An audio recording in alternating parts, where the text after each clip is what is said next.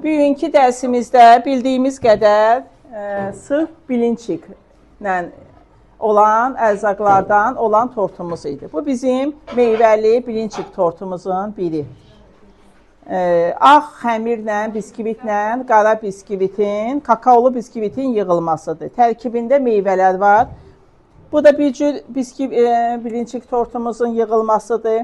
Burada biraz əskiklər ola bilər, çünki bilinçik tortu azı bir 5-6 saat qalsa soyuducuda tam sırf özünün oturuş dizaynerini alınacaq. Bu bizim boğçalardır, içində biskvitdir, qaymaqlı kremdir və meyvələrdir.